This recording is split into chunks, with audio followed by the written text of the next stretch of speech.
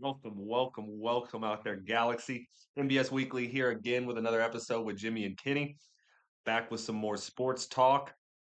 Go ahead and shut out whatever's going on in the world. A lot of bad stuff out there right now. Let's just relax a little bit. Let's talk about some sports. Something that I wouldn't say makes us all happy. It's a very anger-inducing thing sometimes, but sports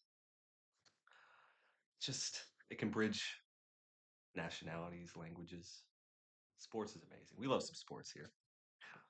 We got some wrestling on the agenda today. NFL about to start next week. A little things happened this last week we can talk about, but mostly it's about college football and wrestling. College starting off, as we know, this past weekend. NFL, the regular season starts next weekend. Wrestling all year round, of course. You gotta love that when you're Mm. indoor and you got, stuff like that. It doesn't rely on student athletes. People need to go home and stuff. You can do it pretty much whenever, wherever. Well, I guess we can hit on some NFL stuff since that's the lightest on the agenda here, Kenny. Trey Hendrickson going to stay with the Bengals, signed on, gonna be a Bengal. I'm glad to see that. I think I you know, figured that'd be coming. I don't think he's to the degree of Micah Parsons. which we'll get to, of So course. I figured, if you're not a big blockbuster name, I don't think too many teams were having thrilling showdowns off throwing him a shit ton of money. I think that's what happened. He kind of got okay. We'll keep you. Oh, you want to get traded? All right. Well, let's see. Let's see who wants you. Yeah. And I guess he must not got any good offers. Anything really spoke to him because he's going to stay a Bengal. They paid him. And the Bengals get their man. The Bengals sign everybody now. Ooh, they finally had a couple holdouts in camp, but they've signed their picks. Here we go. The big one, like you said, Micah Parsons going to Green Bay, getting traded from the Dallas Cowboys. That's huge. That's big. And obviously, as you've seen, the sports world's been talking about it. How big of a trade is that to you, Kenny? Uh, from which perspective? From I Micah guess. Parsons' perspective, the rest of the world perspective, or a Cowboys perspective? Because I think Cowboys fans are probably, well, not probably. I know they're in shambles. They're freaking the hell out. They are losing their minds. The defensive linchpin. I mean, they think of this. They think it's the end of the world. I think I'm one of the few that thinks that it's actually not a bad choice for the Cowboys because if you look at how much money they just threw at Micah Parsons isn't going to carry you to the championship. He's not going to carry you to the playoffs. If he is going to carry you to the playoffs, he's only going to have one sack for you, which is his career playoff sack. Remember, he only has one career playoff sack. Heard. Um, I think 118 million for a defensive lineman who, don't get me wrong, is very good. Obviously, top three, I'd say, Mm-hmm. probably lineman in the game. I think that it's better for the Cowboys to not throw that money at Parsons because Like, if throwing the money at Parsons was the solution, then why were they not in the why have they not gone anywhere in the last how long has he been on the team? 3, 4, 5 years? I mean, true.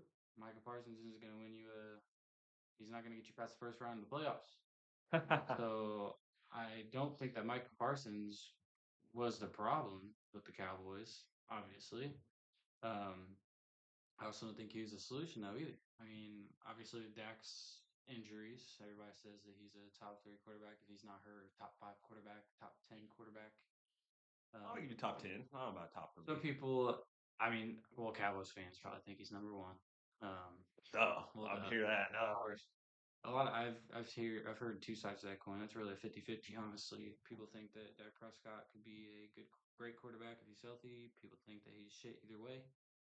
When Cooper Rush came in, everybody thought that he should be the starter over Dak Prescott. I remember those little Yeah. 2 weeks Yeah. of the NFL world. But I think I don't think that any side wins that trade. Um, I think the Packers are getting a great guy, and I think they traded first round picks too.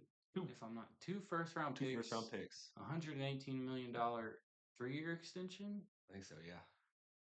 I don't think the Packers win that at all. Not even a little bit. I don't think Micah Parsons could carry the Cowboys past the first round, and I don't think Parsons is going to carry the Packers past the first round. And the Packers are also in a very difficult division.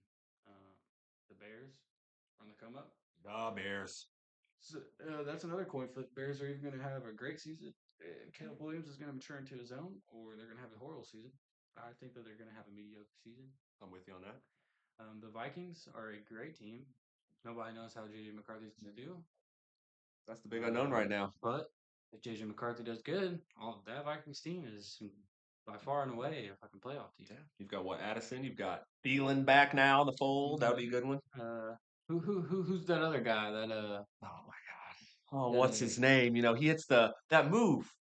The gritty. Jay Jesus. Yeah, JJ. Of course. That defense is a very stock defense too. I mean, I liked watching that defense a lot last year. Vikings defense great. Has been great. Any team, I mean, I like Sam Darnold as a quarterback, but Vikings made Sam Darnold look like a top 5 quarterback for most of the year. I think that's very hard to do. Someone like Sam Darnold, who has not had top 20 quarterback year in his entire career before that. Yeah. Well, I mean, with all those weapons, how can you miss? I think is. But if JJ McCarthy comes in and he's what they want him to be, then I think he's going to be fucking amazing. And then obviously we don't really have to talk about the Lions. You know how good they are. Probably another Super Bowl favorite, and pick for the Super Bowl. All those injuries is a big what if, but unfortunately, what ifs don't really give you shit in the real world or in football or sports. It doesn't really matter. What ifs are what ifs. I know that coming from a Pacers fan. Yeah. What ifs are dog shit. They're useless. Next year rolls around, and then we could talk about what ifs for the rest of our lives. Doesn't really matter. Yeah.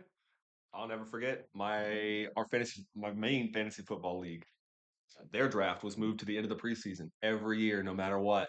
It does not matter because my dad, I'll never forget. I don't remember the year, so I do forget that. I apologize. He drafted Jordy Nelson, I think week 2 of the preseason or the beginning of the preseason. And by the end of the preseason, Jordy Nelson shattered his arm, was out for the entire year. So it's like, all right, there's goes your number 1 pick. What do? You never know what's going to happen on a football field. You know, people who are injured play through it. They have great games. People just have freak injuries here there on the Super Bowl. That 49ers player, I think, he was running out onto the field and just tore his leg. Dre Greenlaw? Yes. Greenlaw tore his whole leg basically, and he just was hopping up and down, running on the field. That's all he did. He was just running on the field. Yeah. That's all it was. Like he was excited. He's about to go to the game. They sub him in, and you see his teammates turn around and go, "No!" And that's just how fast it can happen. That's how fast it can happen. I mean, with the Michael Parsons thing, I mean, I see what you're saying. It really takes a complete team to win the league. You know, it's not you can't have just a good defense. You can't have just a good offense. You know, because a good defense is going to stop your opponent from scoring points. But if you can't score points, what are you going to do? You can't do anything. I will say the Packers really only paid like 8 million more than the Cowboys offered. But I think the deal was a little bit more friendly for Micah Parsons. So I think he took it too. Plus, he's just ready to get out of Dallas. He was tired of the same old not winning.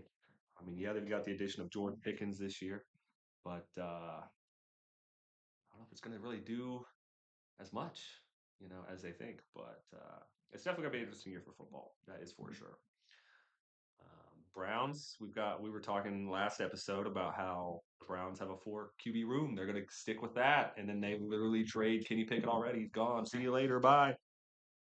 So that makes me think. Obviously, Flacco's starting, but we may see some shakeups in the QB room. Flacco getting older. I don't think he's gonna. Well, he might retire to me. Who knows? I'm not sure how old Joe Flacco is, but I know he's getting up there, ladies and gentlemen. But you've got Dylan Gabriel, you've got Shadura Sanders. I mean, Shadura might not be ready yet, that dude, depending on who you were asking. Some people flipping out. 40 years old, Joe Flacco. So, yeah, he's probably getting up there. I don't know if he's going to do a Tom Brady. But Kenny Pickett gone. So, really, it is these young QBs room. You have 2 good QBs, I think, in Dylan Gabriel and Shadura Sanders. So, when Joe Flacco does retire, there you go. Browns just got to get through that. We'll see how it goes. We'll see how it goes. Because they tried to draft Quinshawn Judkins, but then they couldn't sign him until his legal dispute was done. Now it's done, but he's still not signed. So, and that would be a great addition to that offense for sure, for sure, for sure. We got the Buccaneers. They cut their big man, the big 450-pound lineman they drafted. Oh, one that didn't play. Yeah, they He cut couldn't him. practice. Yeah, they waived him. I didn't know that. Yeah, unfortunately, they got rid of him. Pretty much just said it wasn't. He didn't lose enough weight and enough time. But I mean, the guy went undrafted. And you got to think, yeah, he's a big dude, but it's like, you got to move. So if you just see that guy in front of you, you just run to the outside. He can't get to you. He's slow as hell. No offense, my man. But when you're that big, and then you see the videos of him practicing, I'm not sure if you saw it. He couldn't practice the team until he Yeah, lost the so weight. It looked like he was really giving it too much effort. But I don't necessarily blame him. You know, you get drafted. I finally made it. I didn't get drafted in the NFL draft, but the Buccaneers took a chance on me. Like, yeah, but you got to lose 100 pounds first. and that's not healthy. Yeah, especially as quick. It's just, I just don't think. I think he just needs to lose some weight, maybe come back, and we'll see next year. Because I mean, there's some big guys in the league. Like Vea, he's like 350 now. He's big. He's a big dude, He's established himself. yeah, For he's exactly. do what needs to be done. And he can still do it, even if he is big, you know. Yeah. But Buccaneers, man, that dude's just too big, unfortunately. But that's just how it goes. That's how it goes. Um, QBs, I think we got a lot of young QBs in the league now.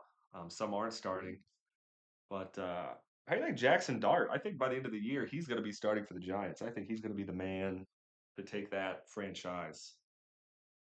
Oh, I'm not sure if he's going to take him to the Super Bowl, but I do like Jackson Dart. I think that the Giants quarterback room is probably one of the most interesting quarterback rooms.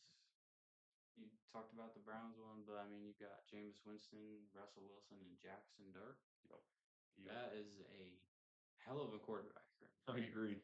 In all different ways of the game. You have that's a very interesting quarterback room. Yeah, Russ, he's won a Super Bowl MVP. Like, I mean, he's been to the Super Bowl. Jameis, The patented 30-30 club member. 30 touchdowns, 30 interceptions. Yeah, but man, you just love to see the guy ball. It's fun. It's a great time. It's always great. He's always Probably one of the funniest dudes in the league. literally Not the funniest. literally he cracks everybody up. He just seems a joy to be around. I would love to play with Jameis. That'd be awesome. Oh my gosh. And like you said, Jackson, he's just gonna be. I think he's one of the best QBs, young QBs we've got right now. Obviously, he's gonna have to wait to get a shot, but I think it's gonna be really special.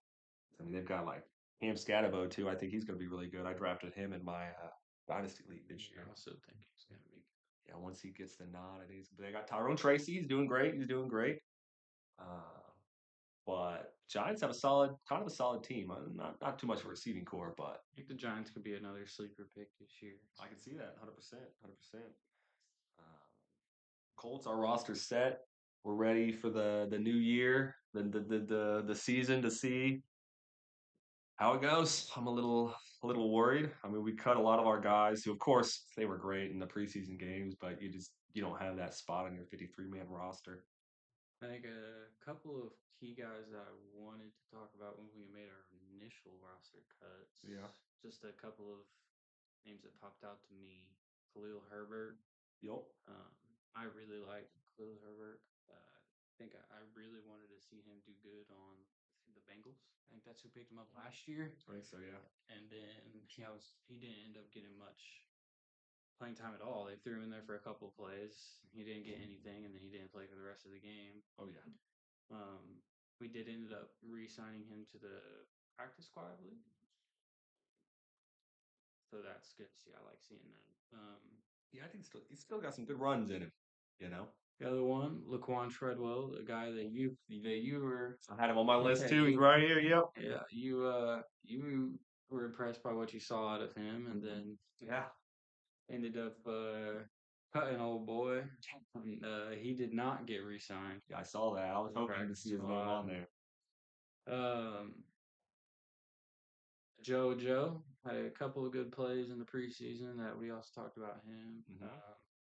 I think that's a good let go. I don't think he was impressive enough to me to get a roster spot, at least not with the Colts. Jason Bean. I was about to ask you. See, he got cut. Jason Bean, he got cut. I completely agree with that decision. I know you weren't a fan. Well, it's not that I'm not a fan. It's just that I would rather watch any of the other three quarterbacks. Riley Leonard, obviously, that's my guy. I would like to see him start. I'd like to see him be the franchise quarterback, especially if it ends up being that Arch Manning isn't who we all thought he was. But we'll get into that a little bit. More on that later. Oh yeah. To be continued. Oh yeah. Anyways, Ulysses Bentley. Yes. Another guy that had a couple of good plays. I also agree with that cut. I don't. He had some good flashes, but I think we have enough depth. Yeah. We actually did end up signing him to the practice squad. So not bad. I do like that. I don't. The two running backs that we had, I can't remember the other one, but I think you could flip a coin either way for those guys. They scored the 2 touchdowns in the last preseason game. Bentley the fourth did. Ulysses. Granted, one of them was a scamper. One was kind of a goal line steal, really. But hey, that's okay. Yeah, you hit my 3: Bean, Ulysses, and Treadwell. But Treadwell again, we kind of have the wide receiver depth. Yeah, that's just how it is. We know we can name 4 honestly that we know will play. Bounds, Pierce, Mitchell, Pittman. Of course. We know those 4 are going to be the first 4. So at that point, it's really just like who's their backups? Who's going to be returning punts or kicks, and who's going to be on special? I think only 2 more people probably on here that I found interesting. Samuel Womack. I believe he was a starter last year for us. Starting corner. I think he might have played a little bit of safety, but I really liked him. I can't believe that they released him. I think that's a horrible decision, especially when you consider the fact that we don't have very much depth in that corner room. We did make some very key signings in the offseason. Cam Bynum and Tre'Davious Ward, but Xavier Howard, who all-star, all-pro corner, he's got signed he's on IR. A safety. So we have a corner and a safety on IR, and other injuries, I believe, on the starting. We're a little banged up. Starting roster. I can't believe that we got Samuel Womack, because Samuel Womack had a great year last year. He played really well. They make some interesting choices, the Colts. Yeah. And then on defensive, especially. We finally let Jelani Woods go. I'm a big fan of I don't feel Mr. Woods. Either way about that. I like Jelani Woods. I've always liked Riley better, not just because we share the same last name either. There was a lot of times in the last 2 years that you've seen him just be a dominant pass catcher, and we just did not throw him the ball. Yeah, I mean, the man is huge, height and weight, and I've seen him like 3 different times go up, and it doesn't matter who's in front of him, linebacker, wide receiver, corner, safety, it doesn't matter. He goes up there, makes him his little bitch, and snags over. Yeah. I guess you got a 48-inch vertical. You ain't getting it. You ain't coming down with it. I really, really hope that we incorporate him a lot more, because he would be such a good check down safety blanket, safety valve for whoever the hell our quarterback is. The Colts, we're pretty good at that. We love our check down, especially tight ends. We love them, baby. We love them because they're our big safety blankets. Oh, they signed Laquan Treadwell. Oh, they did. Oh, nice. Because like I said, I think he's like if somebody goes down with injury, bam, he could be a guy that's instantly. He's got chemistry with Riley Leonard already, obviously. Well, obviously, Riley Leonard QB3 right now, but the guy's got skills. And then former Colts linebacker Anthony Walker. Uh, I think I can't quite remember his playing time with us too much, but I recognize that name. Yeah, yeah. He started at some point. Um, they signed him to today. Nice. Yeah, today, and released Josh Tupou from the practice. Josh who? Tupou. Oh, don't know him. So I don't either. Defensive tackle over here.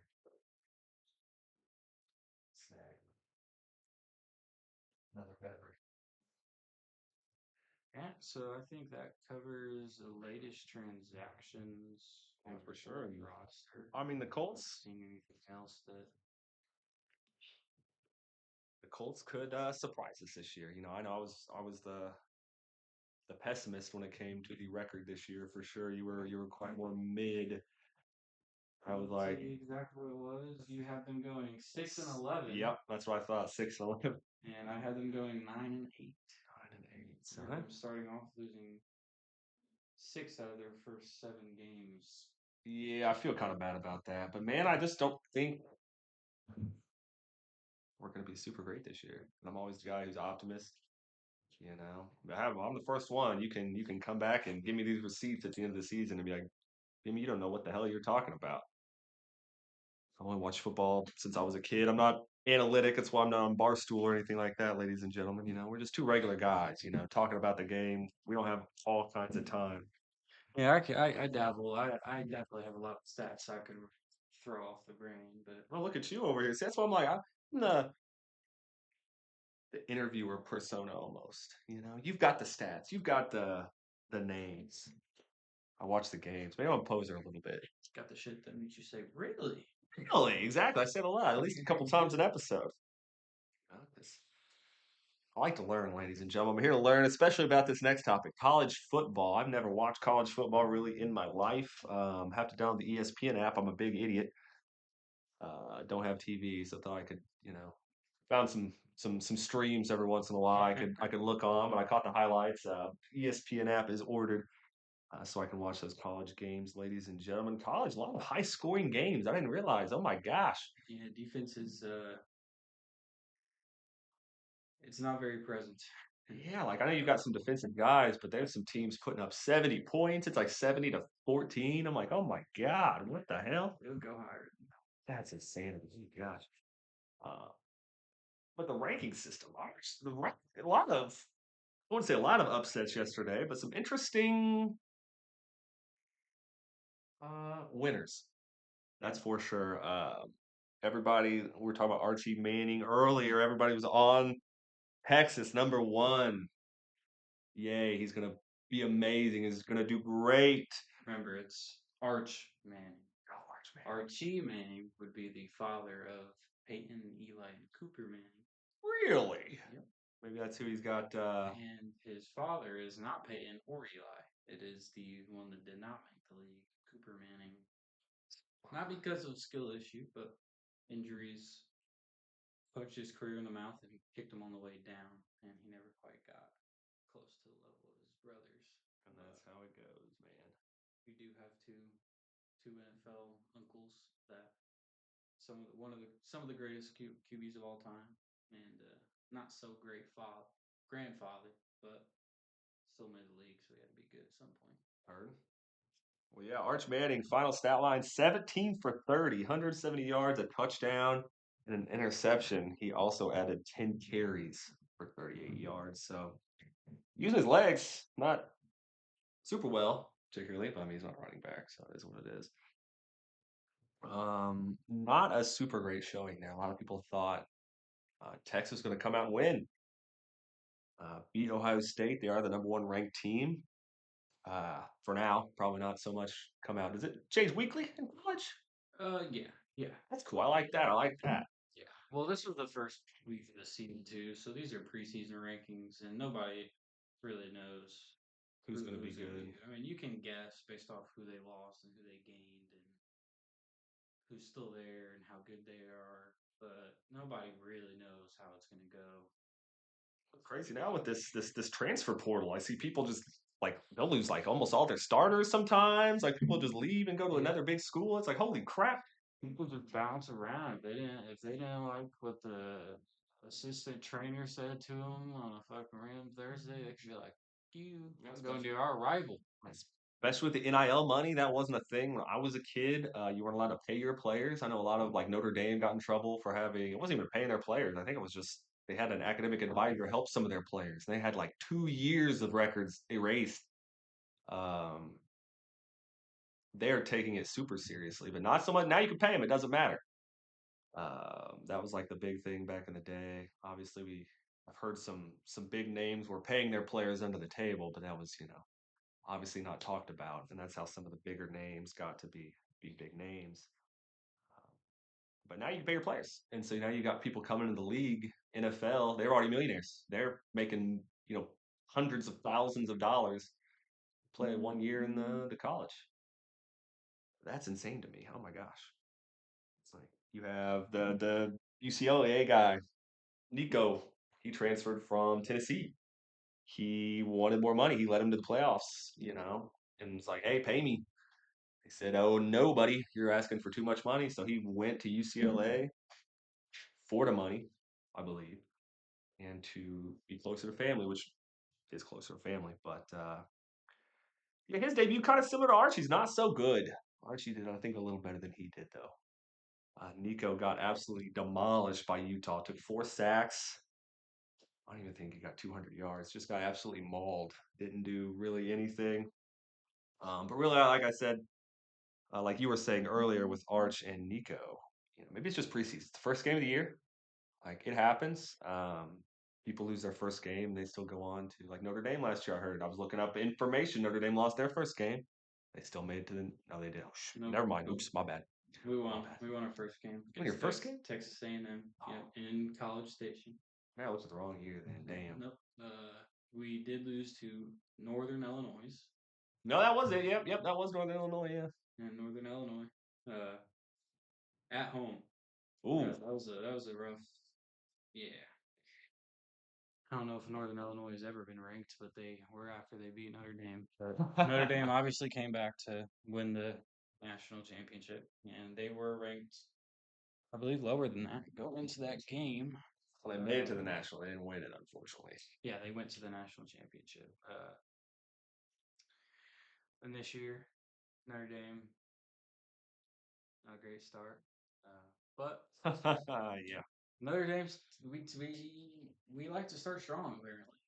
Starting in College Station and against Texas A&M, who I can't remember what they ranked. I believe it was 10th.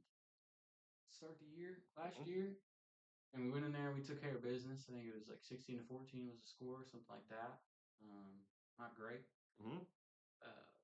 Similar thing this year, except we were ranked a little bit better. I think you were We six. walked into Hard Rock Stadium against 10th ranked Miami, and Hard Rock Stadium is where the Dolphins play. So not only are we starting the year at a opposing team's home field, we had a couple of 10 to 20,000 fans added on top of that just to make it a little bit louder.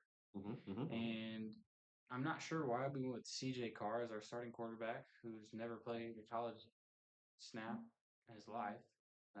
Hasn't He didn't have a single career touchdown before that. Never made a start. Mm-hmm. And you throw him in Hard Rock Stadium against the 10th ranked team in the country when you have Stephen Angeli, who's backed up his team for 2 or 3 years. Yeah. Or I guess he could have transferred. I guess that's possible. I actually don't know, which is weird. I might know shit like that. But Cedar Carr, I mean, he didn't do bad. He did all right.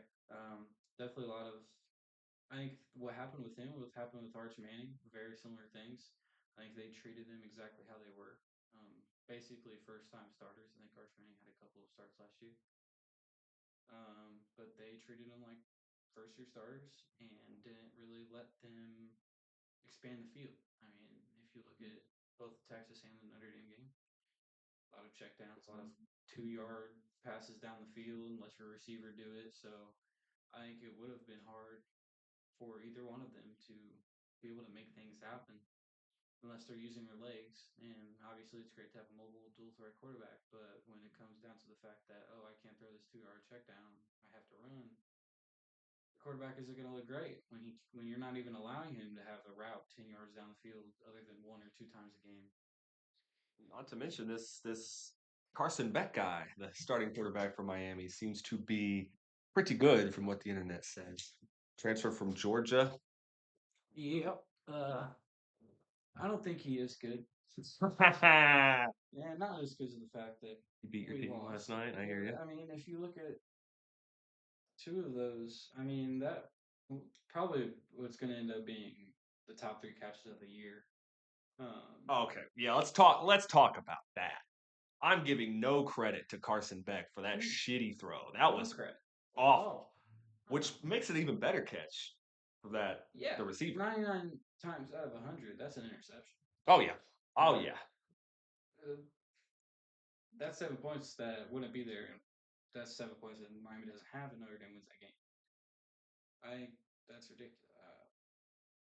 There was another one too. One of his other touchdowns. It was not a good throw at all. His wide receiver made a play.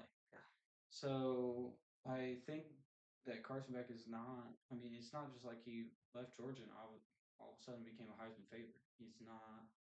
Their Notre Dame's defense wasn't ready for Miami's wide receivers to turn into prime Randy Moss, prime Odell Beckham Jr. Because who can predict that shit?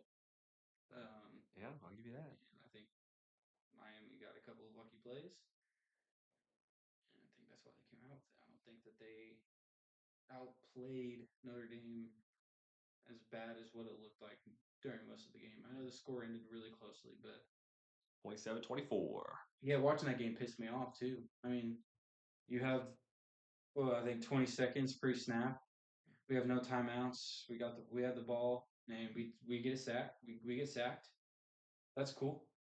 I think at that point there's like 17 seconds on the clock, something like that, and one of the Miami players is standing in the backfield, just taunting, celebrating, like, oh yeah, there's still time on that clock, dude. 100%. And we couldn't get a ball snapped. We had 7 seconds to get up to the line, snap the ball, and this dude, I mean, seriously, up until like 3 seconds left on the clock, he's standing there doing this. It's not likely that we were going to throw a 70-yard Hail Mary or a 70-yard screen, but that shit does happen, especially in college football. I've heard that, We didn't even get a really chance. which sucks because I feel like Carson Beck, looking at the game, he really did a lot of his offense in the first half. Like he had pretty, I think, more passing yards than the entire Notre Dame offense had yards, and then just didn't do anything really the rest of the game. Um, and then obviously CJ Carr comes back. You know, he ends up having a pretty similar stat line to um, Carson Beck, but like you said, a lot of checkdowns, a lot of Most of short that, yeah, passes. It it's was like 2 yard passes receivers. on the field. I mean, And we're gonna have to see because that's the first game of the season, and obviously you don't want to lose. Sets the tone for the season, and you definitely got to jump back from that because it's a tough loss. It's a tough loss. It is another ranked team against a pretty big name quarterback. Looks like the QB1 battle was between Mr. Carr and Kenny Minchie. okay. So who's a redshirt sophomore. So they decided to go with CJ Carr. And I mean, maybe not the right call. We'll have to see. There's going to definitely be some shakeups in the rankings. We had Alabama number 8 loses 31-14 to unranked FSU. Oh my lord, that was probably the biggest thing I saw researching this weekend. Was wouldn't it be funny if Alabama lost? They're not gonna, but wouldn't it be hilarious if they did? And then lo and behold, in true college football fashion, um, Yeah, just anything can happen. you'll learn that. Yeah, the best laid plans. Like I'm looking at stuff to where it looks like games are over, and then they just pull out a win out their butt. It just happens, which makes me want to watch college. It's exciting. You get some exciting plays in NFL, but not really at that level as much as No, often. yeah, you see a lot of 13-3, 14-17 finals, and then you go to college, and all of a sudden it's like 74 to Like 68, fucking 7 overtimes later. yeah, I mean, that's the game I want to watch. That's exciting. But even stuff like this, like an unranked team going in, it goes up to 25. I think the rankings go. Yep, AP polls. There you go. Top 25. So the top 25, they're not in the top 25 best teams of the league. And I mean, their quarterback was talking a lot of crap. So people were even more looking for Florida State to lose, kind of like this young upstart quarterback. He's not going to beat number 8 Alabama, and then he does. So Beats the absolute fucking shit out of him. Yeah. Beat the shit out of him. So Alabama, ever since they've had coaching changes, what from Nick Saban, now he's on the game day things with Pat McAfee and everything. Their new coach not doing so well there. Not really the football that Alabama is accustomed to seeing. Because even though I didn't really follow college football, football was all around. Everybody knows about Alabama. Everybody knows about Alabama. You hear people talking about Ohio State, Alabama, some Texas, some places, but that's just how it goes. You have Archie Manning, just having a bad Arch Manning. I'm so sorry, Arch Manning, named after his grandpa. It's gonna be a bad one for me. I'm gonna call him Archie all the time. Arch Manning, it's gonna bounce back from this. Same thing with Nico. It's the only way is up. Your first game of the season, not great. Where do you go from here? Was that Nico one? Were they at UCLA? I don't think so. Let me check. I know it's UCLA versus Utah. I know Utah absolutely destroyed. Yeah, 43-10. Which team's on the right? God, which team is on the right is UCLA. Okay, so it was at UCLA.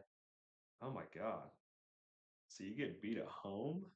See, the one thing that Arch Manning, TJ Carr have going for them is the fact that they weren't at home. That's true. They weren't at home. So they might have lost. They might have looked bad, but they weren't at home. Yeah, so your first real college start, I mean, you're starting for the year is away at two of the hardest places to play at. Yeah, you gotta give them some credit. Give them some slack. I mean, UCLA just looks like their defense isn't there either. The Utah quarterback, Dan Pierre, 21 for 25, 206 yards, 2 touchdowns, 0 picks. He ran 16 times for 87 more yards and a touchdown. They had two of their other backs run for touchdowns and have over 60 yards as well. So it's just like they were just getting ran over, passed over. They couldn't do anything. So really, UCLA, I would look for them in the college playoff finals, ladies and gentlemen. I don't think they're going to be my team to watch. That is for sure. UCLA hasn't been good in a long time. That's how it goes. That's how it goes. Got a big upset. LSU number 9. The Tigers. I like the Tigers for some. I don't know why I like that team. I'm not from Louisiana, but I like that. I like LSU for some reason. They've produced Jamar Chase. There you go. Justin Jefferson. There you go. They produced Joe Burrow. They produced Odell Beckham Jr. Oh, that sounds good to me. Shit. It's some pretty good guys right there. I like the colors. I like Louisiana. I like the GEAUX. I'm a big fan of that. I know it's kind of stupid, but I like it. Will Howard. Will Howard? He came from LSU. Will Howard? The linebacker, Patriots, or linebacker, offensive lineman with the Patriots sign. Got famous for saying, "I will fight and die for this team" on draft night. Good for you, buddy. I will fight and die for this team. Hell yes. He's going to be a great offensive lineman. I mean, he has highlight reels. He's an offensive lineman. That's something you don't hear about often. That's something I haven't heard about since boy Big Cute Nelson. Maybe he's on our team. Unfortunately, we'll probably have to play him. That's okay though. That's okay. They have what, Drake May? I'm not afraid of you, Drake May. I'm not afraid of you. I am. I'm fucking shaking in my boots. Drake May, yeah. Oh shit. I think he's gonna have a great year. Yeah, we'll see how it goes. I think they're gonna have some good. They got Travion Henderson. I think he's gonna be a good running back. They've got some hitters, but a lot of questions as well. But I think that's a question marks in a lot of the NFL. You don't know which team. It's not as clear cut as, oh my God, you got the Chiefs or the Patriots. They're gonna win again. Who's gonna be in the Super Bowl with them? Who's gonna go against them?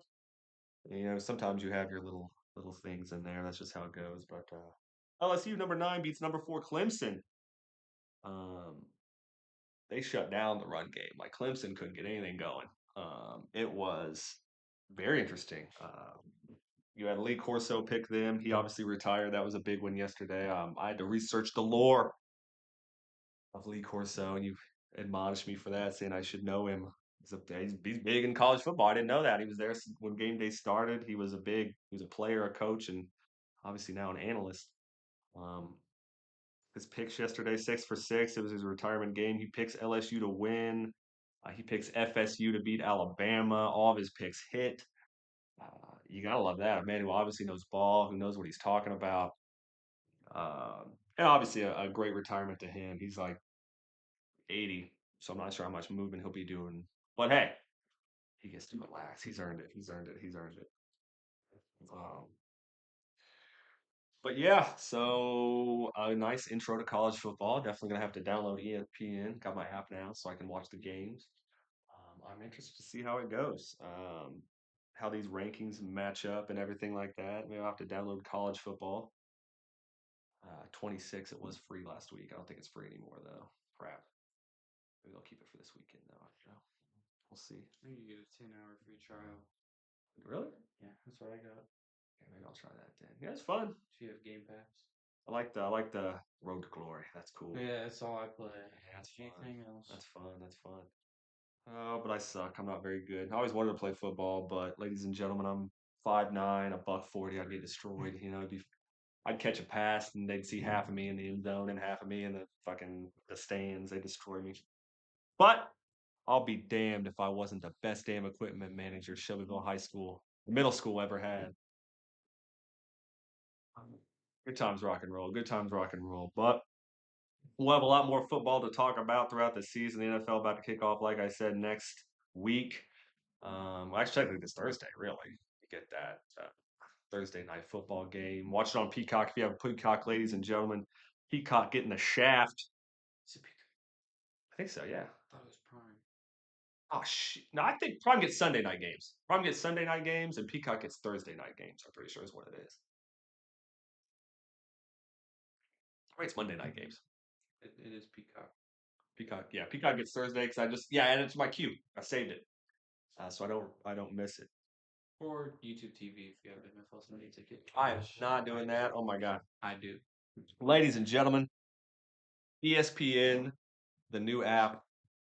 That is a big thing. Oh my gosh, wrestling fans are mad about it because all PLEs, premium live events, the big shows, the big ones, are going to be on ESPN. Well, so yeah, basically wrestling fans now we have to have like 17 different streaming services, which sucks. But ESPN, you get Red Zone with it. You get the NFL games, you get college games. Um, I can watch the local games, Colts games on my app, Colts app. But still, it's nice to be able to watch like Red Zone. I play a lot of fantasy football, so it's good to see the touchdowns because that's really what I care about. I care about the games, of course, too. It's great watching the games and stuff, but I want my guy to get 7 touchdowns. Um, but in wrestling, we'll pivot to wrestling for a little bit. We haven't done that in a while. We've talked to the NFL. God, we could talk about the NFL and college football forever. Yeah. Well, I could talk about wrestling forever. That's my big thing. The ESPN app, it's obviously all the PLEs are coming to there, ladies and gentlemen.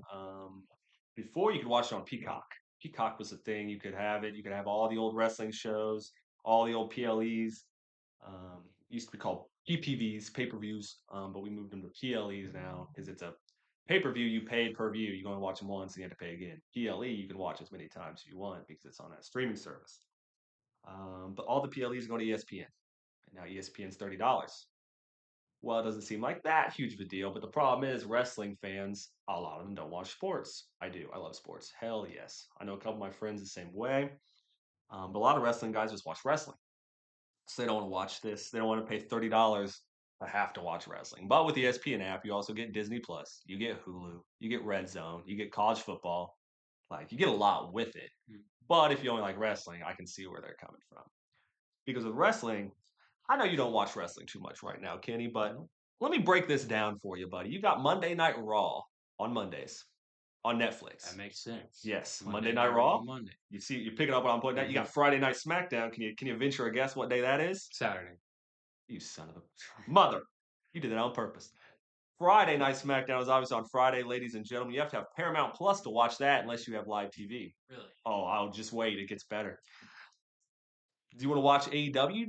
Not a WWE guy. AEW more your speed, and AEW is more you can just jump in and watch it. WWE is more storyline based and stuff like that. Yeah, they have matches every week. You can jump in and watch it, but you may not understand the overarching story of what they're telling. AEW, not great storytellers. The matches, they're okay.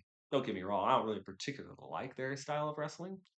Um, because it's like they'll have this tiny guy beat the shit out of this big guy. It's like, what? This guy would murder this guy. What the hell are you talking about? Because my wrestling, it needs to be a little believable. Um, but AEW, they're on Wednesdays. They're on HBO Max. You have to have Max if you want to watch that. If you want to watch PLEs, like I said, you got to have Peacock. The premium live events, you got to have Peacock for that. Um, if you're out of the country, though, you live in Europe, you get Netflix. You get it all. Yeah. What the hell? So basically, to watch every WWE show, you have to have a different streaming service. Hmm. So it literally you got to pay this and that and this and that. So it's like people are picking and choosing what they want to watch, or they're getting a VPN.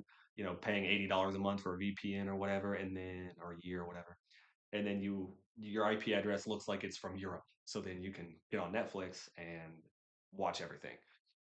Um, but it's run a lot of people away. But WWE is trying to keep Peacock.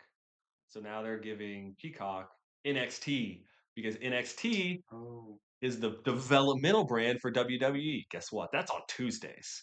So now you have Monday, Tuesday, Wednesday. Thursday's open. Thursday's wide open. So if Thursday anybody, used to be SmackDown. now it's Friday. Friday night's. I don't know. Was it? Yes, it was. I remember that. I watched during the Attitude Monday Era. has always been Raw, Yes. Yes. but SmackDown at one point was Tuesday, and at one point it was Thursday. It was Thursday when I was a kid. Then they moved it to Tuesday, and then they moved it to Friday. I know at one point it was Thursday. It was Thursday when I was a kid. Yeah. But they've had tons of they've had Shotgun Saturday Night that didn't work out. Yeah, it was just a Saturday night show because you're trying to make money. And that's what WWE is doing right now, and it's running a lot of people away because it's very commercial. Everything's advertised. Every table they bring out is a Slim Jim table. It's got the Slim Jim logo on it. They'll have a ladder that has like a pump, like cinnamon whiskey, like Fireball whiskey ladder or something like that. He smashes them through the Slim Jim tables. Yeah, and they'll say, "Oh, it's Oh, so it's dumb." table time, sponsored by Slim Jim. Yep. They'll have a spot in almost every PLE where they'll be sponsored by Papa John's or Ruffles. So it'll have a spot where like five people who are on the show or they're backstage eating Ruffles, eating Papa John's. It's like, brother, If I could tell you, they're lucky that the Dudley Boys aren't in the WWE anymore. So they would have a hard time saying Slim Jim funny 50 you say that, times. buddy. Funny you say that because the Hardy Boys are putting their tag team championships on the line against the Dudley Boys. Seriously. I'm dead serious. I'm dead serious. Which is probably going to Somebody's gonna have a heart attack. 100%. They On AEW, that's what they're doing too. They have Christian Cage teaming up with Edge. Their team, Edge and Christian, way back in the day in WWE. That was really big. They're in it now. It's making it look like what?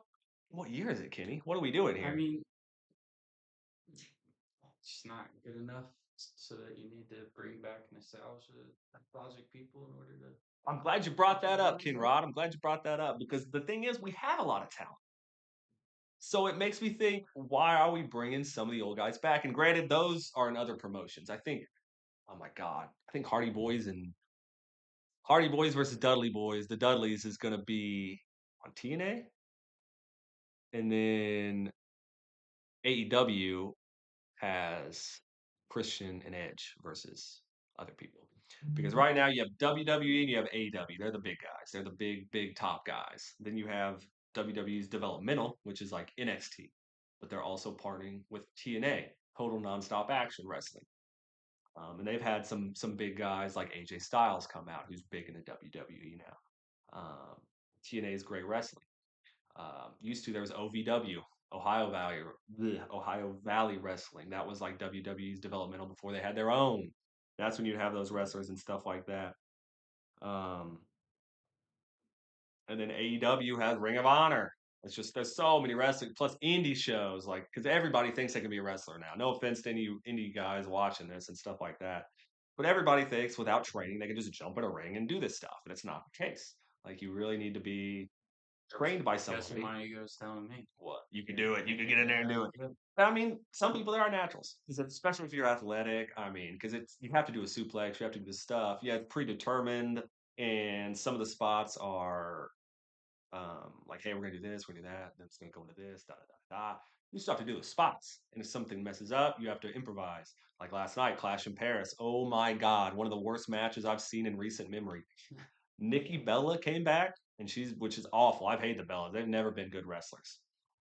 Brie Bella's not in it right now because her husband is contracted by AEW. He's the competition, so they don't want to bring her on. And then now you have her sister, Nikki. Nikki's the other one who was in. They were the Bellas, the Bella twins. Didn't she like date John Cena? She did, and they brought that up too because they're not dating anymore. Good times. It was a great Really? promo because Becky Lynch, the husband or the wife of Seth Rollins, who's the world heavyweight champion right now, the second highest championship. There's two world championships in WWE, the world heavyweight and the WWE Universal Champion. That was always funny to me. How you can have a world heavyweight champion and Yeah, have somebody 150 pounds do that. Yeah, that's how And it then you have goes. somebody like Generally, big as fuck. they will have the bigger guys be the world heavyweight champion now because WWE they want big guys. They want you to go to the gym. They want you to be built. They want you to be imposing. Want you to have a Take look. steroids like Triple H. Well, not so much. I don't think they want you to necessarily take steroids. But AEW, they're the ones for the indie wrestlers, the everyman, the 150-pound flippy guys who can do the shit. That's where you want to go because WWE, that's not really their forte. They've partnered with AAA right now, which is luchadors in Mexico.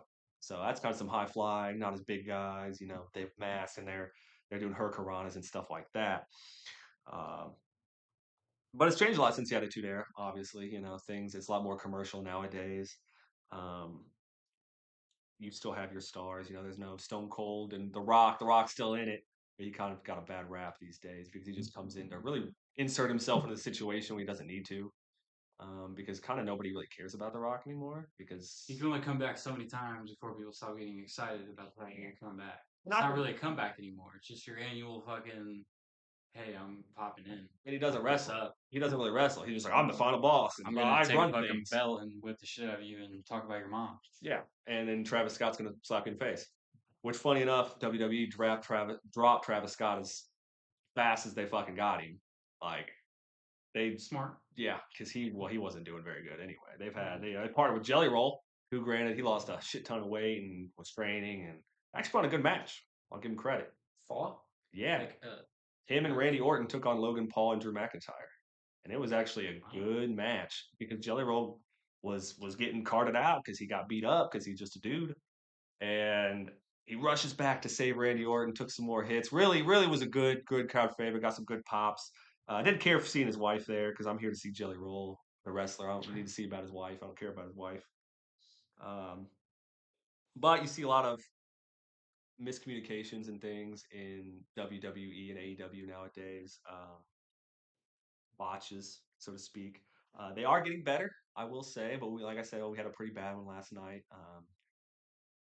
It was Becky Lynch against Nikki Bella, and Nikki Bella got on the turnbuckle, looked around to see where Becky Lynch was, and then Becky Lynch went away, sort of like rolled away, and then Nikki Bella just jumps back for a kick that was awful, so bad, like completely missed her. Was like 10 feet away from her. It looked so bad. It was awful. wow. Yeah, but I will say one good point about WWE. They're saying bringing somebody back. They might bring Chris Jericho back. I don't know if that's necessarily a good idea. He's one of those passive They're gonna bring it back guys. with this too? I don't think so Oh, because I don't want to see it. that gimmick's kind of done. But it's like Well, WWE's pretty fucking famous. Bring that stupid shit back. I agree, especially since it's all about money nowadays. They got bought by TKO, the same people in UFC. Um, they do a lot of stuff with Saudis now. I'm not saying the Saudis are out here killing people and stuff like that, um, but they're paying money, and it's almost taken away from our events now because we have a lot of European events, which is fine. You'll like last night at Clash in Paris. That crowd, Europe apparently has the best WWE crap. Yeah, because they don't have they get like a 2 week tour and then these random events. So they really don't get as many as we do. So when we get them, it's like, oh, everybody's having fun and stuff like that. But they go nuts. They're singing the songs. They finally get to see their favorite stars. They're jamming and stuff like that. Um, but I really think they did him a disservice last night with having Nikki Bella on there because Nikki Bella sucks. And I'll go on record saying that she's never been good. She was just hot. So that was WWE's thing for a while. They would just hire hot chicks and have more skimpy outfits and get beat up. And it was like, oh hell yeah, brother. Like back in the day, it was all about women's titties. He called them puppies. Ah, let me see your puppies. That was what JR always said. They always wanted to see him in mud wrestling and just no clothes. It was honestly really, eh. I don't think I'm glad I wasn't alive for that. Or Yeah. at least old enough to know. Yeah, it was pretty. But a 13-year-old kid, he's loving that. He's like, oh, titties, hell yeah, woo. That's not wrestling, man. Come on, dude. Come on. Um, there's a lot of rumor mills in wrestling, and that's an unfortunate part because a lot of them are wrong. You'll have stuff in sports where you have like Shefty, Adam Schefter. Shit. You have Sharms. Back in my day, there was it Woj? Wojneski? Woj? Woj. Yeah, he retired. He's done now. But these guys would break the breaking news like as soon as they could, and it would be right. WWE, it's always wrong. Like people are always speculating. It's like awful. It's stuff that sucks. And it's weird. You would think that breaking news for stuff that is rigged, predetermined. You Yeah. think that'd be pretty easy to break some news about things that are predetermined versus things that like Yeah, but that's things like what's happening. it's also the thing because back in the day you didn't. Like when wrestling first started, Well, yeah. everybody thought it was real. Now it's how much of the curtain do you pull back? Because they have WWE Unreal right now on Netflix, which gives you a little glimpse behind the scenes, but I still think it's curated. Like they let the cameras shoot what they wanted to shoot. It wasn't like the down and dirty stuff, which is fine. We'll never see that. I don't expect to. That's totally fine. Just like NFL coaches, we're not going to see their deliberations. We're not going to see videos of that and hear audio of that and stuff like that. But dirt sheets notorious. Even the some people would say the Schefter of the wrestling world is Dave Meltzer. Not so much anymore because he's fucking awful. He sucks. He's an AEW fanboy. He shits on everything WWE, and he doesn't get like anything right anymore. So it's just like, what are you even doing, dude? Like, he comes out with rankings that nobody cares about. Like, he has a star system that everybody used to care about, but it doesn't matter because he'll give us, back in the day, nothing ever got 5 stars. If you got a 5 star, that was the best of the best. You just put on a great match and it was amazing. He gives AEW matches 5 stars all the time or close to it. Like all their matches are like above 4. And it's like, dude, they're not that good. They're not that good because, like I said, my wrestling needs to be believable. And you'll have a guy get beat up. Like finishers don't exist anymore. They don't finish anybody. They just, you hit them and shit happens. That's it. But the big thing on the rumor mill right now, which of course everybody knows all about, you may not have heard about, but Rampage Jackson's son, Raja Jackson, uh, hasn't been charged yet, but he got a lot of trouble. He went to a called Knox Wrestling Academy. It's ran by Rikishi, who you might remember from wrestling. He was a big Samoan dude, had a big old ass. He would just do the stink face. Yeah. He would rub his ass in people's faces. I remember that. He runs that school.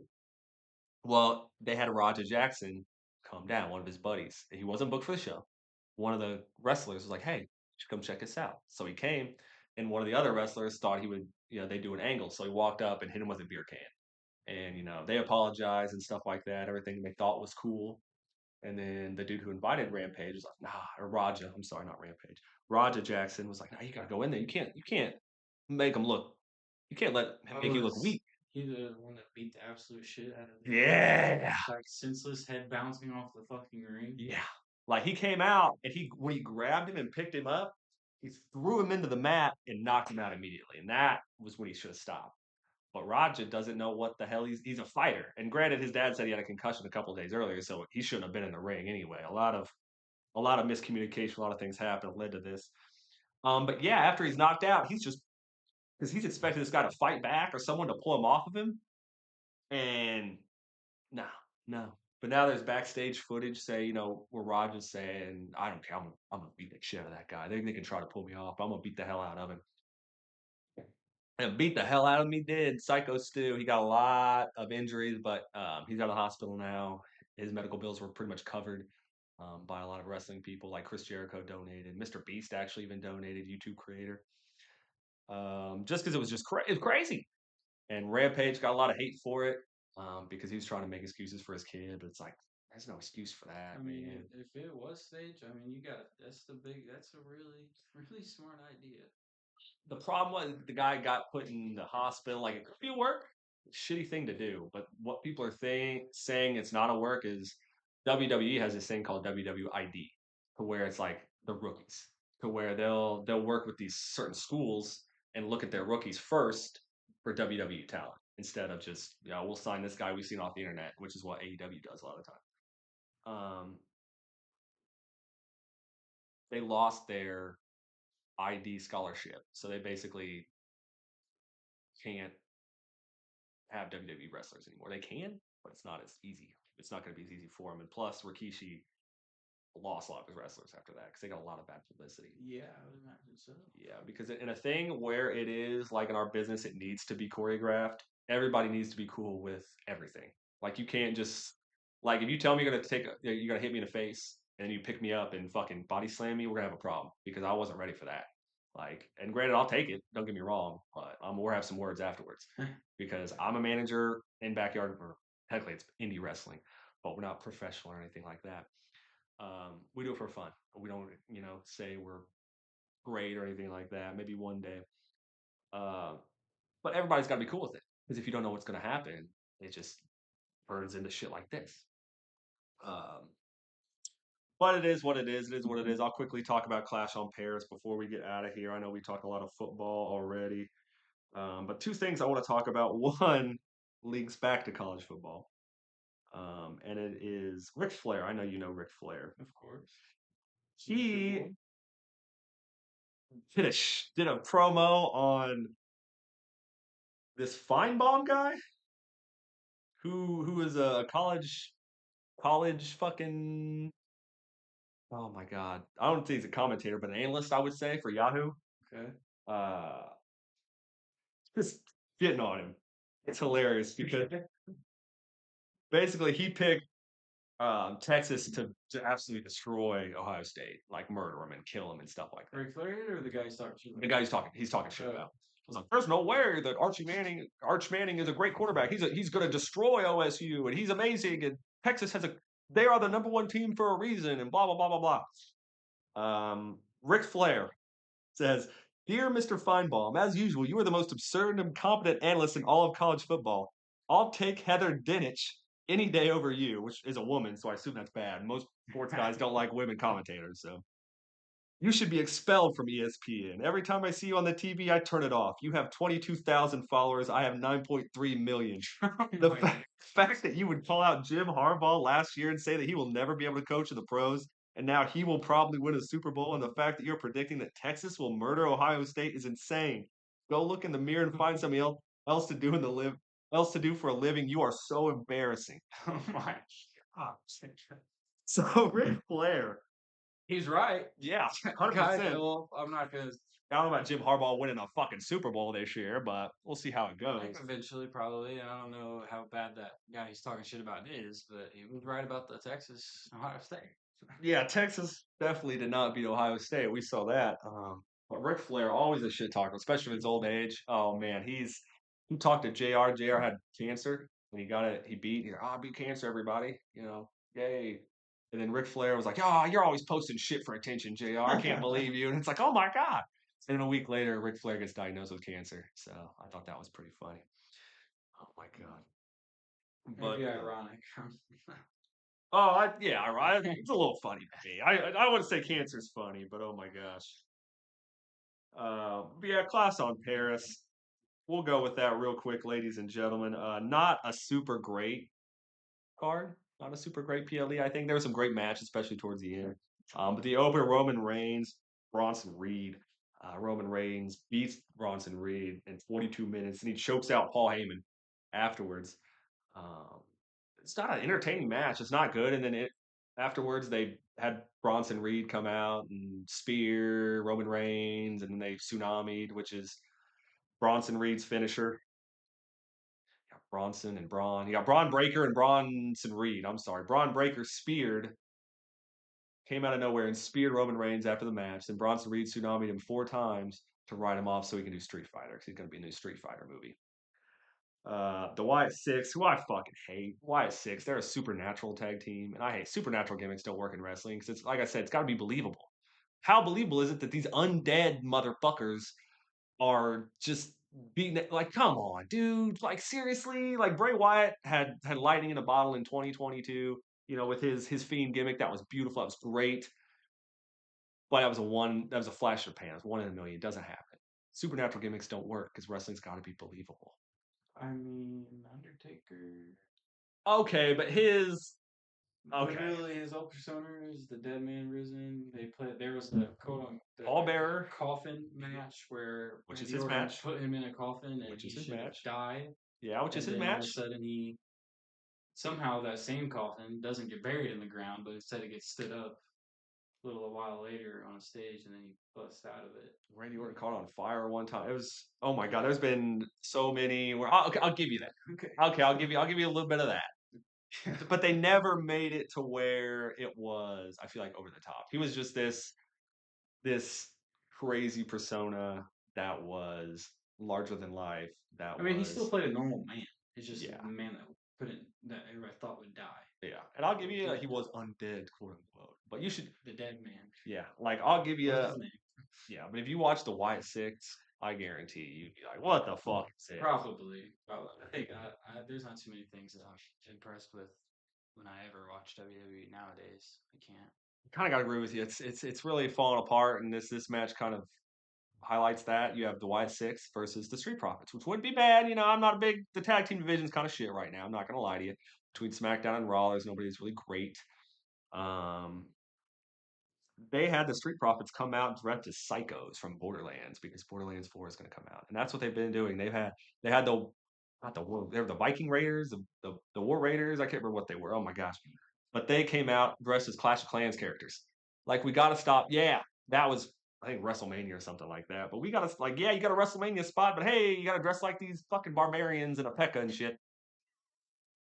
And it's insane. Like I would not like come on, like the commercialation's got to stop because that was one big thing that Vince was always we can't commercialize this because it's going to start caring more about the money than the fans, and that's what's starting to happen. The ticket prices insane. There was floor seats for the one in Indy next month, $5,000 plus. Like it's insane. Dude, WWE died when they broke up the New Day. Well, That's when WWE shot themselves in the foot. the New Day shit all over Big E, and then they never did anything with it. Like now they've got the Big G, Grayson Waller. They split up A Town Down. They took Grayson Waller and Austin Theory and took them apart, which Austin Theory should have been pushed anyway because Grayson sucks. But now they have the New Day won the tag team titles because it's just Kofi and Xavier. They lost them, and now they've been doing this mourning gimmick, the death of the tag team division since they've lost it, and it's just been awful. It's oh my I god. don't know, man. I stand by that. I think wrestling was tolerable up until they broke them up. Because I mean, I'll give you that. one of the biggest pops in WrestleMania history is when they were hosting WrestleMania. Do you remember that? Yeah, And the Hardy out the Boys Hardy came out. Boys and shit. Yeah, That was one of the biggest spots, not just WrestleMania, but in WWE I history. agree with that, 100%. And they were all together. And I enjoyed watching wrestling at that time. Oh my gosh. I did. Yeah. Like seeing like they're not old enough to the point where it's like, oh, it's be fucking absolutely stupid for them to come back. It would Yeah. really make no sense. They were 40s, 50s. If you stay in shape, you can come back and you could fucking probably fuck some people up. Yeah, they've When they those broke old up guys the in New there now. Day, they killed WWE. WWE died. They officially did it this past year, and they could have done so much more with it because they had Big E. He's like a commentator now. They had him on there saying, "Come on, guys, we can get it back together." Da, da, da, da, and they just shit all over Big E, and they did nothing with it. They just let Big E go off TV after that, and just never. It's like they could have made that into a nice little thing they just forgot about Big E again. And wasn't the way that they broke up that they brought back the draft for Yeah, WWE, and then and well, that's what broke them up. They got separated during that, like which has happened with a million tag teams. yeah, but Big E technically he got hurt too. He got injured in ring and he couldn't wrestle anymore, so that's why he couldn't really do it. But they thought, maybe again, Edge, he came back from a neck injury. That they said he'd never wrestle again, and he is wrestling. And granted, it's not his best work. I'm not gonna lie, but it's good seeing him out in the ring again. We get to hear his music, get to hear that. Um, Next was Becky Lynch and Nikki Bella. This was god awful. Oh my! I don't know if it's Becky Lynch. I don't know if Nikki Bella just going with it, but I haven't been into Becky Lynch much lately. She was my number one ladies wrestler. I don't really care. All of her matches are boring. Against Lyra Valkyria, who's awful. I don't know who that is. Yeah, well, she's a bird lady. She comes out. She's Irish, I believe, just like So Becky. Becky Lynch is. Yeah. So that they kind of had that camaraderie and they worked together, which is cool. But I just didn't like their matches. It wasn't, and then their promos were not good. I wasn't impressed. Um, Lyra's getting better though, I will say. And Rusev defeated Sheamus by submission in a Who? Rusev. Rusev's back. Rusev's back. Rusev Day. Rusev Day's not. I wish it was. He went to AEW and then they stopped using him. They just let him sit in Bulgaria for a year and paid him. So then he went to AEW or went to WWE again, which was good, but he's just been doing shit with Sheamus over and over and over and over. And it's like we have other people he can wrestle, dude.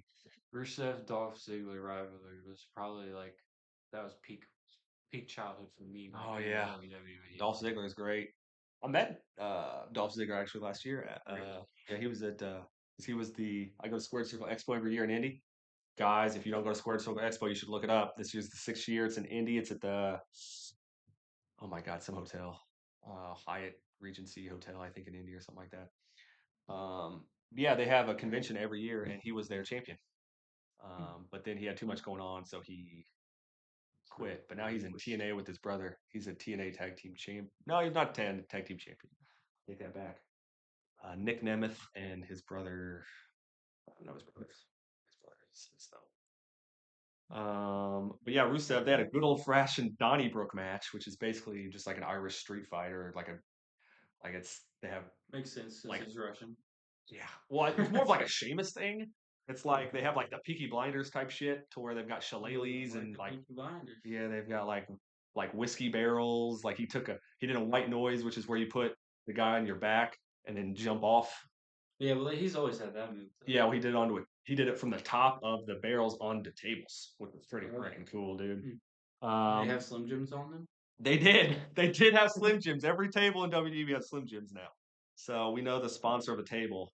If you see other than the Slim Jim logo, something must have happened between WWE and Slim Jim. But they have good matches because their matches are physical. There's no really botches because they're beating the fucking piss out of each other. Like you should have seen Rusev's chest after that match. It was nuts. Oh my god, it was so red. You had John Cena take on Logan Paul in a singles match, which was fucking awesome. It kicked ass. Logan Paul's a fantastic wrestler. He's great on the mic. John Cena was vintage Cena here. You had a lot of his old spots to where he tried to hit an AA, an attitude adjustment. For those of you who don't know, puts him on his shoulder and then pops him off. Um, a lot of times they'll bite out of that. He'll have to do another move to get back into it. He'll counter their move and pop it into an AA. I did see the end of that. Finished him. Yeah, and he did that a couple times during that match. That was awesome. It was a really good John Cena match, really good Logan Paul match. Honestly, my match of the night, I thought it was great. It was fantastic. And then the main event was Seth Rollins. His faction, the Vision, right now with him, Paul Heyman, Bronson Reed, and Braun Breaker. Oh, he's back to the Visionary. Well, he's not. He's the Visionary. He's still. What is it now? Oh my god. I think he's the Revolutionary Seth Rollins. I can't remember. Oh my god, the Visionary. He's got so many fucking nicknames now. Seth freaking Rollins is the leader of the Vision. It's his stable now. He's got probably the best people in WWE now.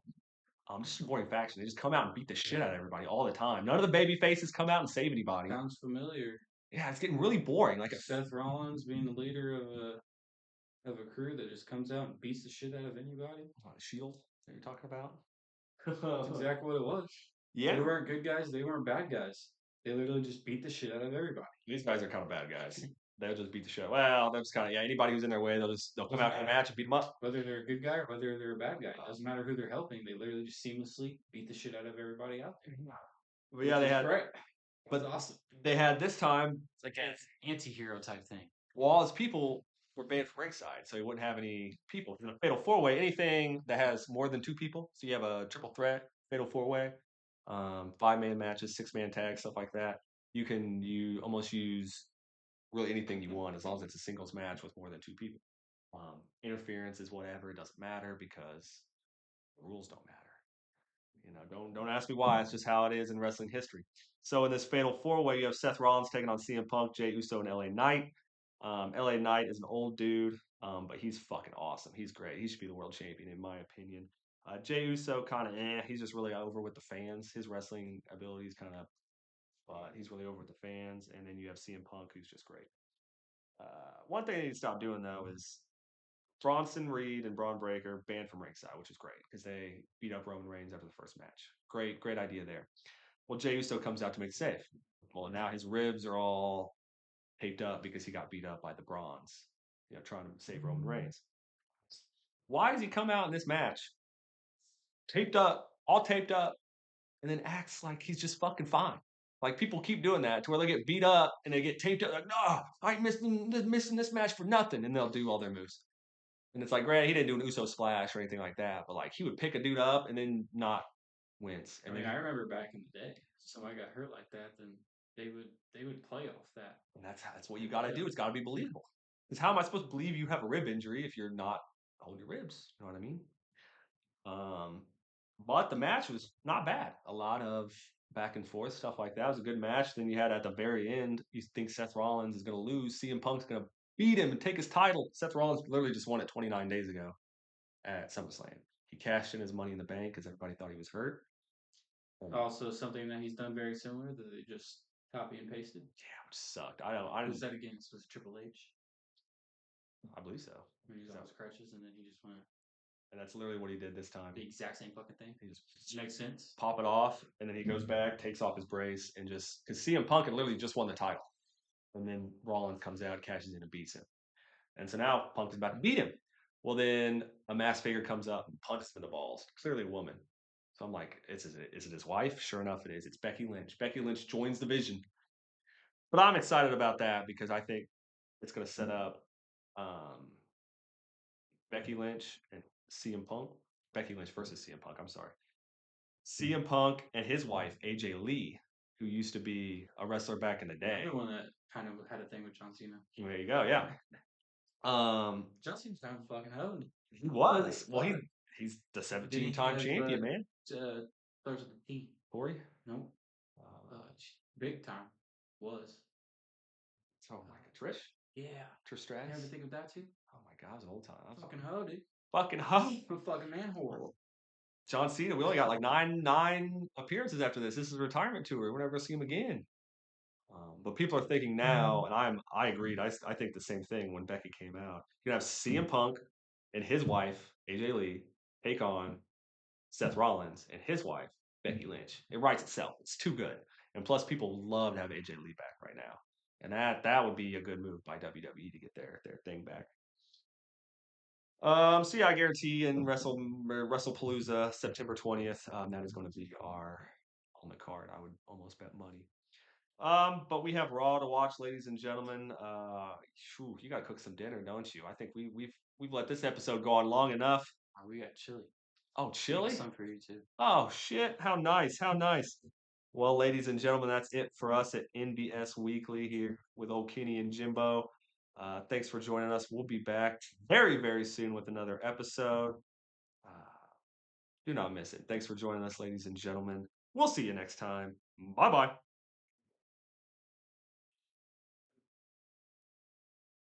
Make sure to check us out on Apple Podcasts, Spotify, Amazon Music. Oh, yeah, we're on all that now. Anywhere you find your podcast, even on YouTube.